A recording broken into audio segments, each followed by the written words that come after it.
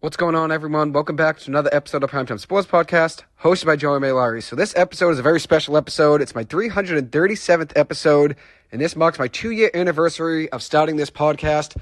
For all of you that have listened to 1 episode, 25 episodes, 100 episodes, 220 episodes, or all 337 episodes, thank you so much. It truly does mean the world to me, and I appreciate all your support. I've always loved talking sports. Obviously, it's something that I'm very passionate about, so being able to have this platform is something I don't take lightly. I've covered so many games, so many sports, so many tournaments, so many teams on this podcast, from the College World Series to the Frozen Four tournament, to the U.S. Open, to the Masters, to the NHL Draft, to March Madness, to the Women's Beanpot, to the Men's Beanpot, to the Super Bowl, to the MLB Draft. I've tried to cover as much as possible on this podcast, and I look forward to many more episodes in the future. So thank you guys so much for taking the time to tune in. Once again, it is greatly appreciated. This is my 337th episode, over 2 years now. I started this podcast May 24th of 2022. Here we are on May 24th of 2024. So on average, I've had 1 episode every 2.16 days, which obviously shows my dedication and how much work and time I've put into this. So thank you guys so much for listening. It means the world to me. So in this episode, I'm going to talk a lot about the MLB. I'll give you guys an update on the MLB since I haven't really done that lately. And then at the end, I'll talk about the Timberwolves and the Mavericks game, which is tonight. It'll be game 2. The Mavericks are up 1-0 in that series. So let's start off with the Red Sox. They've won 4 games in a row. They're now 26-22 overall. They just swept Tampa Bay at Tropicana Field, the first time the Red Sox have swept the Rays down there since April of 2019. That's the first time the Red Sox have swept the Rays at Tropicana Field since 2019. April of 2019. That was before the pandemic, before I started college, before I graduated college, back when the Red Sox had Mookie Betts, back when they had Brock Holt, back when Dave Dombrowski was still running the front office. The Red Sox were a much different team back then. That was Michael Chavis' debut, actually, which is something I just found out a few days ago. So it's pretty crazy, everything that's happened since the last time the Red Sox swept the Rays back at Tropicana Field. The first time, as I said, since April of 2019. Rafael Devers has been red hot as of late. And when I say red hot, I mean red hot, which I've been critical of Devers. I think he needs to be a little bit more consistent. I think consistency is definitely a problem. But he is balling out right now, especially at the plate, hitting a home run in 6 straight games at one point over the last week and a half, which broke the Red Sox team record. He's now up to 10 home runs on the season. His defense could still use some work, but the production at the plate has been what the Sox needed. So shout out to the sports guru Mike Hurley. I know he's a big fan of Devers, and I know I've been critical of him the last few seasons, but when you get the expectation of being the best player in that Red Sox lineup and you're not consistent enough to really live up to that expectation, that is a worry in my eyes. I feel like there were other guys in the Red Sox lineup that have produced more in some bigger moments. So Devers needs to be a guy that steps up a little bit more, especially over the last couple seasons with the Red Sox losing J.D. Martinez and Xander Bogaerts and obviously Mookie Betts 4 years ago. They've needed somebody to step up in that lineup. Obviously, Devers is the marquee guy in that Red Sox lineup, but at the end of the day, consistency has been a problem in my eyes. One thing that the Red Sox need to do better, though, is playing defense. That was a major problem last season. It's yet again a major problem for the Red Sox this season as well. 37 errors on the season, second most in the MLB. They have the most fielding errors in baseball with 21, so it's not only throwing errors that are an issue, but fielding errors are more of an issue right now for the Red Sox, with 21 fielding errors on the season, the most in the major leagues. Ceddanne Rafaela has 5 errors in 26 games at shortstop. I'd look to maybe move him back to the outfield. I know he played outfield in the last game against Tampa Bay, which he has been able to play second, short, and center field in the major leagues. But I'd like to maybe put him back in the outfield and then get a shortstop like Willy Adames, somebody that's on an expiring contract, which I know the Brewers probably wouldn't trade Adames right now, especially considering how good the Brewers are playing. But I'd go out and try to get a guy like Adames who could hit and also play the shortstop position at a very good level with his glove. The Red Sox need to start winning games, though, against teams that have a record over 500. They're 19-9 against teams under 500 on the season. That's the best in the MLB in win percentage against teams under 500. But on the other hand, against teams over 500, the Red Sox are just 7-15. 22nd in the MLB in win percentage against teams over 500. So you need to be better against teams over 500. That's just a reality. The Red Sox need to be better against the better teams. And obviously seeing them beat Tampa Bay, a team that the Red Sox have really struggled with now for 4 years, that is a positive. That's a good sign that the Red Sox can start winning some games against teams that have really hurt them for the past 3 or 4 years. I know Tampa Bay isn't the team that they were the last few years right now, but they usually do have the Red Sox number. And that's just a reality. And the reason why I had the Red Sox at third in the division at one point before the season began, and then at second right before the season began, that was my last prediction, was because I thought Tampa Bay would take a step back. I thought Toronto would take a step back. And that's the case. Those two teams have taken a step back. The Red Sox need to take advantage of that. It's good to see some guys getting healthy. Brian Bayo, Nick Pivetta, Vaughn Grissom. Good to see those guys back in the lineup for the Red Sox. The Red Sox have had a lot of injuries to begin the season. Obviously, Trevor Story being out for the year has been brutal. Tristan Casas being out for a few months is definitely a major loss. And then you add in the pitching injuries. Garrett Whitlock potentially could be done for the year. I think he just got shut down with an elbow injury, which is never a good sign. Brian Bale missed some time. Nick Pivetta missed some time. So with all of those injuries, you'd think the Red Sox would be in a worse position, but right now they're 26-22, right in the AL wildcard race. Jarren Duran's excellence at the plate has been awesome over the last week. He's on an 8-game hit streak heading into tonight, a .344 batting average, 5 doubles, 2 triples, 2 home runs, 5 runs batted in, and a .1229 OPS over the last 8 games. Add in his glove, which has been electric on the season in the outfield, 10 defensive runs saved on the year, which is second best among qualified outfielders in the league this season. His defense was criticized for years, especially early on in 2021 and 2022. People were saying he's not only not a defensive player in the MLB, can't play the center field position, he also can't hit at the major league level. But he's really turned a lot of people from critics into fans over the last year. Obviously, when you look at the speed he brings to the lineup, his speed on the bases is electric, and that was always there. You could always see speed, but now he's turning on fastballs that he wasn't turning on a couple years ago, which he started to do last season. He's looking good at it this season as well. I know he's streaky, but at the end of the day, when he is on, he's the best hitter in the Red Sox lineup. His speed on the bases is so important, and now he's turning on fastballs like I noted. He's fielding the ball great in the outfield, and he's playing with so much confidence. I'm glad I stayed believing in Duran even when times are tough, and I'm really proud of him, and I'm happy for him seeing all the success coming his way. He definitely deserves it. After all the criticism he got for the 2 years that he really struggled in 2021 and 2022, he is, at times, the most important player in the Red Sox lineup. I'd say more times than not, honestly. Because of the spark he brings to the lineup with his speed and energy, having that at the top of the order is a major, major weapon. Right now, he leads the Red Sox with 55 hits on the season. And he's probably been the best defensive player for the Red Sox this year, truly. Truly been the best defensive player in the games I've watched. And I'm honestly happy for him. He deserves it. The issue for the Red Sox right now, though, besides the defense, has been hitting with runners in scoring position. The Red Sox are hitting just .242 on the season with runners in scoring position. That's 20th in the MLB. They also have 116 strikeouts with RISP, which is 7th most in the MLB, which is awful considering that the Red Sox have had a lot of chances with guys in scoring position and have come up empty a lot of the time. Opportunities with runners in scoring position will keep coming the Red Sox way as the season goes along. That's just the way baseball goes. But it's important that the Red Sox start to capitalize on those opportunities. And that's why I think with Tristan Casas still being out for maybe another month, I think it would be beneficial for the Red Sox to go out and get another option at first base until Casas is back. Dom Smith's hitting .190 for a batting average with a .438 OPS in 18 games. Garrett Cooper, .214 batting average in Boston, a .592 OPS for the Red Sox in the 14 games he's played in. I think it would be a smart idea for the Red Sox to go out and get a first baseman. If Rowdy Tellez were to be cut by the Pittsburgh Pirates, that could be a solid replacement. I still think Will Myers, being a free agent, still could be a good investment for the Red Sox on a very small contract, low risk, potential higher reward than you'd expect.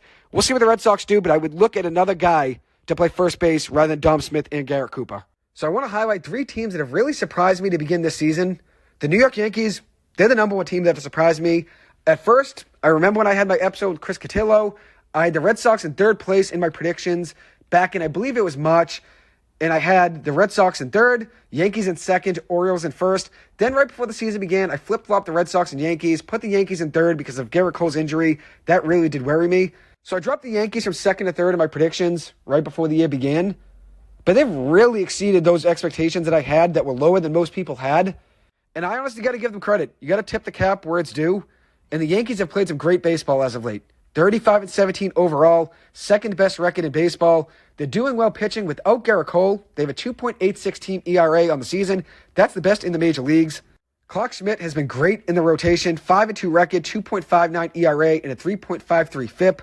And then Carlos Rodon has been great in the rotation as well. 5-2 record, 3.27 ERA. His FIP is 4.46 though, but you'll take that 3.27 ERA and a 5-2 record. The Yankees are very good in one-run games this season. 9-5 record in one-run games right now, which is 5th best in the major leagues. They've hit a lot of home runs. That's what helped the Yankees a couple years ago, and that's their formula right now to win games is hitting home runs. 75 home runs on the season, the most in the major leagues. Juan Soto has been an early AL MVP candidate alongside Gunnar Henderson of the Orioles. Soto's hitting .312 for a batting average, a .972 OPS, 13 home runs and 41 runs batted in. Like I predicted before the season began, I thought Soto would be a big piece in this Yankees lineup. I just didn't think he would solve all of their issues. I thought Stanton was declining. I thought Rizzo was declining, and that's still the case. I still think those guys have pretty much past their prime. But at the end of the day, having a guy like Soto in the lineup definitely does make things a little bit easier on guys like Aaron Judge and Gleyber Torres and Rizzo and Stanton. Stanton's hitting just 246 on the season, though, a 296 on base percentage. He has hit 12 home runs, though. 12 home runs is a pretty good mark right now, but the 296 on base percentage isn't great at all. And then Rizzo has been struggling at the plate as well, 254 batting average, a 319 on base percentage. Has hit 7 home runs this season, though, and obviously having him in the lineup defensively is huge for the Yankees. But I still think those two guys are declining. But having Juan Soto in that lineup has been a major X factor for that Yankees team. Another addition for the Yankees this offseason was Alex Verdugo, who has been solid for them, especially defensively. 7 defensive runs saved on the year. He also has 6 home runs, 256 for a batting average, and a 744 OPS. He hit just 13 home runs for the Red Sox last season, but he already has 6 so far this season. And obviously the shorter right fence at Yankee Stadium definitely helps, but 6 home runs so far this season is impressive for Verdugo. I definitely miss seeing him in a Red Sox uniform.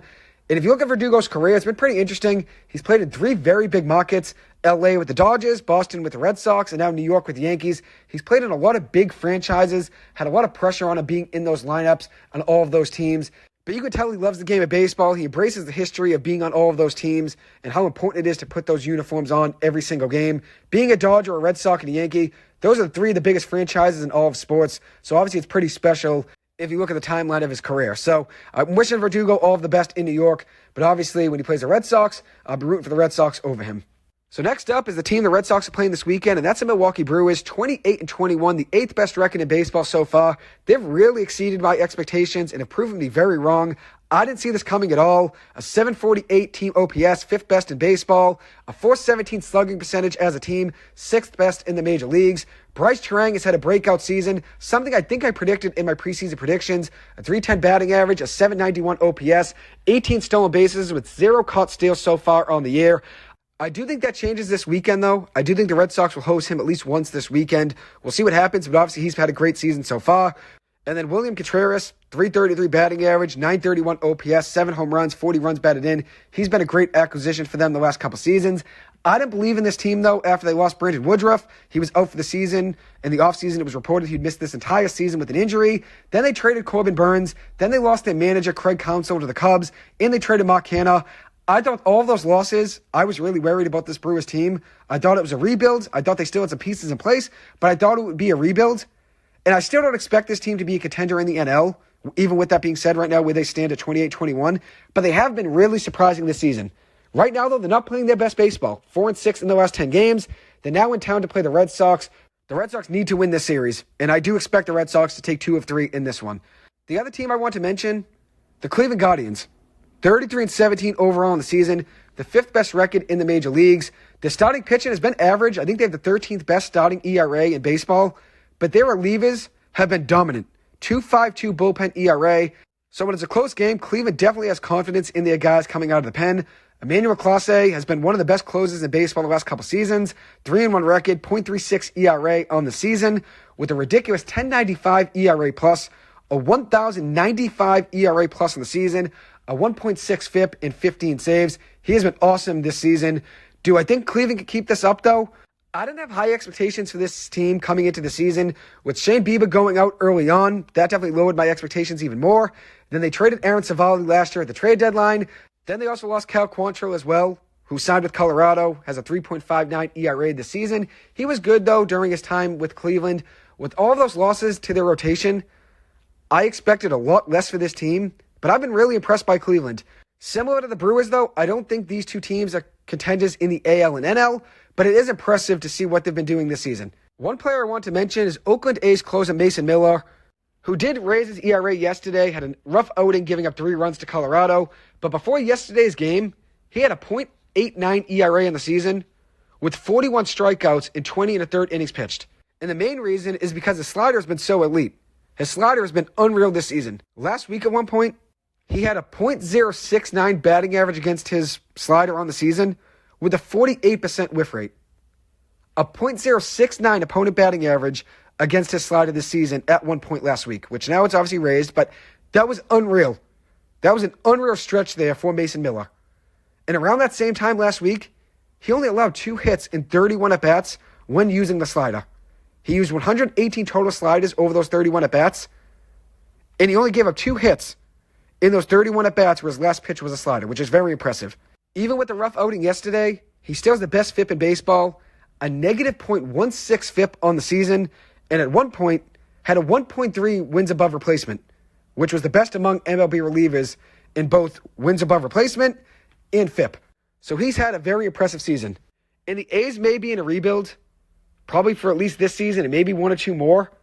But being 21-31 to begin the season is a lot better than people expected them to be at, especially considering where they were last year at this time. And they definitely have some pieces to build around, like Mason Miller and Brent Rooker.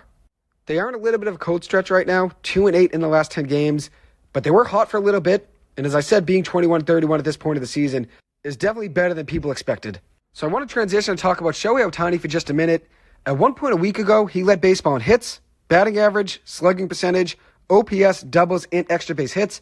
Right now, he's 5th in home runs with 13, 30 runs batted in, 127 total bases on the season, which is the best in the MLB, the best batting average at 348, the second best OPS at 1059.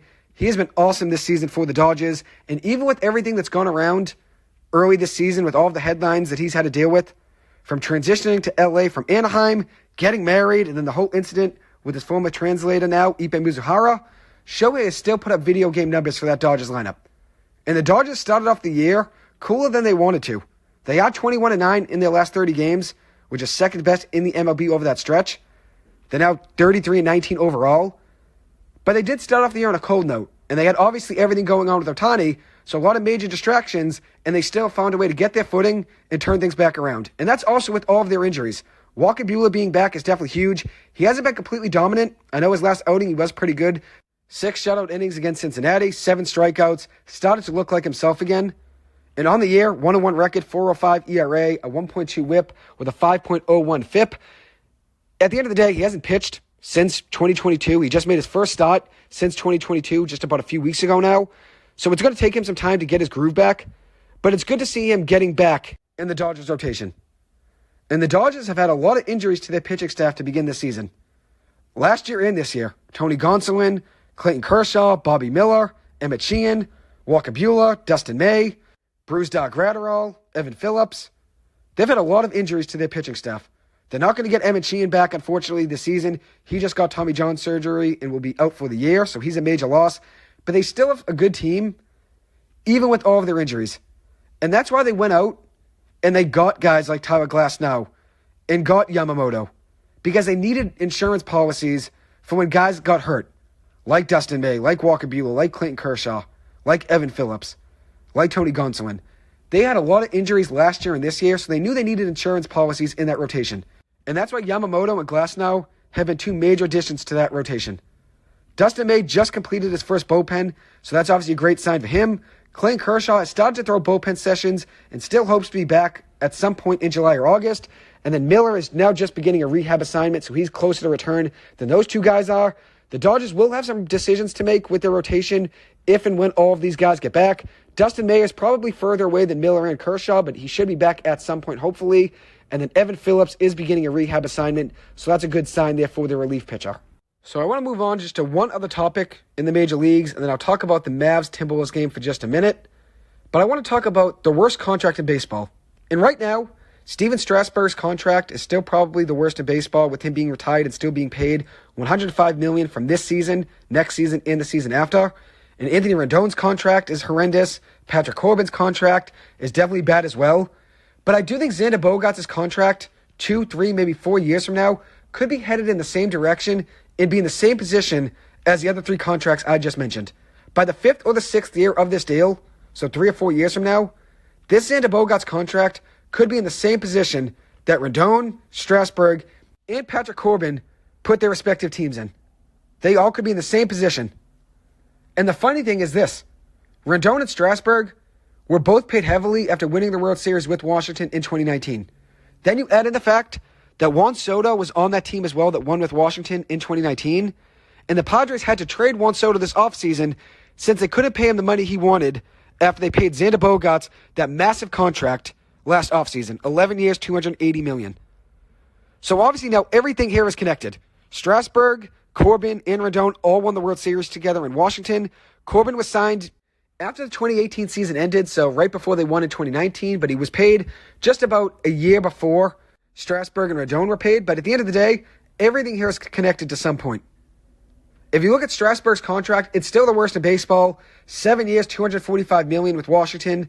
Got that contract after they won the World Series in 2019. He's now 35 years old and only made 8 starts after signing that contract, pitching just 31 in the third innings since getting that $245 million deal. And he's had a lot of injuries to his elbow over that stretch. Had multiple elbow surgeries. Multiple times he was shut down. And his elbow was just not responding in the way that the doctors needed it to. So he ended up retiring this offseason. And he's still getting paid $35 million this year, next season, and the year after. So he's still making $105 million over the next 3 seasons. This year and the next 2. And if you look at that deal, 31 in the third innings he pitched over that 7-year contract, he got paid $7.87 million per inning of that deal, which is pretty ridiculous. So that is the worst contract in baseball. And I get why the Nationals did it. He won a World Series for them, and they completely just ignored the fact that he did have elbow injuries in the past and only focused on the fact that he was great in that playoff run, and they gave him a big thank you contract. And at the end of the day, they did win a World Series because of him, and he basically just forfeited his entire career to put everything on the line for that run. So the Nationals definitely owe him. And at the end of the day, the Nationals made the mistake of offering him that deal. He's not going to deny $245 million. But that is the worst contract in baseball in my eyes. And then Patrick Corbin's deal. He signed a 6-year, $140 million deal with Washington in 2018. Since signing it, he has a 42-69 record in 148 starts with a 5.09 ERA, a 4.66 FIP, a 1.48 WHIP. And I think if you look at his stats, his best attribute is that he pitches every single 5th day. He chews innings for that rotation. That's his best skill for that rotation. But over the last 4 years, he's had an ERA of 5.8 with a 5.15 FIP and a 1.57 WHIP. He's had an ERA above 5 in each of the last 4 seasons. And this is the last year of the deal, so obviously the Nationals are going to move on from this deal and just be happy that it's over with. Another deal I want to mention is Anthony Rendon. He signed a 7-year, $245 million deal before the 2020 season with the Angels. Since then, he's played just 219 games over the past 5 seasons.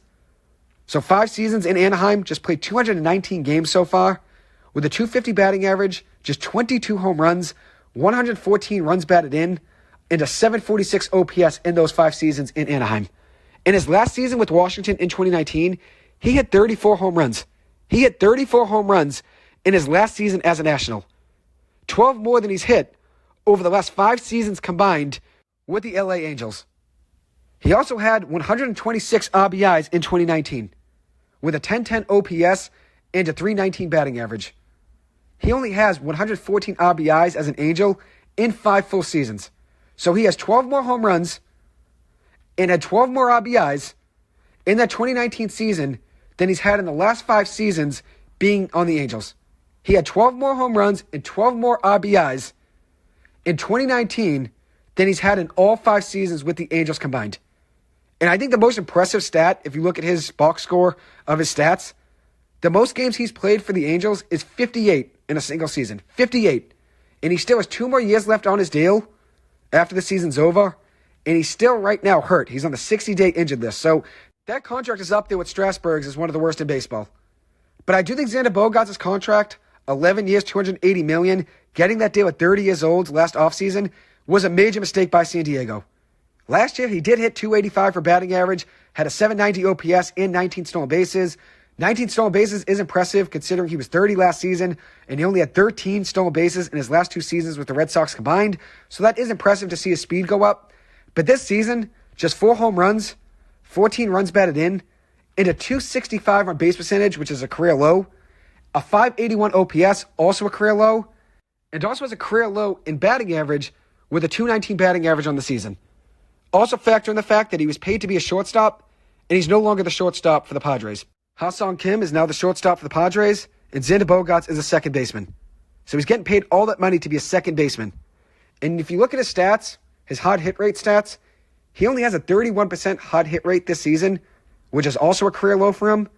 And that rate his hot hit rate, has steadily declined from 2021 to 2024. His power numbers were regressing in Boston as well in his last few seasons. His RBIs were regressing as well in his last few seasons in Boston. So I feel like Chaim Bloom, letting him walk and not paying him 11 years, $280 million, was a great idea by that front office. Chaim Bloom made a great decision to let him walk. I know everybody criticized him after they let him walk for free, but if he gives Xander Bogaerts that money, just based off an emotional standpoint, he paid him $280 million, Red Sox fans today would be rioting. So I know at the moment that it happened, everybody was upset letting Bogaerts go, but Chaim Bloom made the right decision letting him walk. And mind you, this is just year 2 of this deal. Imagine how much Xander Bogaerts could regress by year 5 and year 6 of this deal. I think it's going to be in the same ballpark as the Patrick Corbin and the Anthony Rendon and the Steven Strasburg contract by year 5 and year 6. And at that point, there will still be 5 or 6 years left of that deal, which is crazy to believe. And you also have to add in the fact that Xander Bogaerts has had wrist tightness a lot over his last few seasons with the Boston Red Sox. He missed some games with wrist tightness and missed some games that he had to DH in because his wrist and his arm wasn't feeling right. So that's definitely a worry for the Red Sox. And that's why the Red Sox let him go and didn't want to pay him that money. And obviously now it hurt the Padres. They had to trade Juan Soto because they couldn't pay him after giving Bogaerts all of that money. And I love Xander Bogaerts. I appreciate everything he did for the Red Sox. But if you look at it from a baseball perspective, the Red Sox made the right decision letting him walk.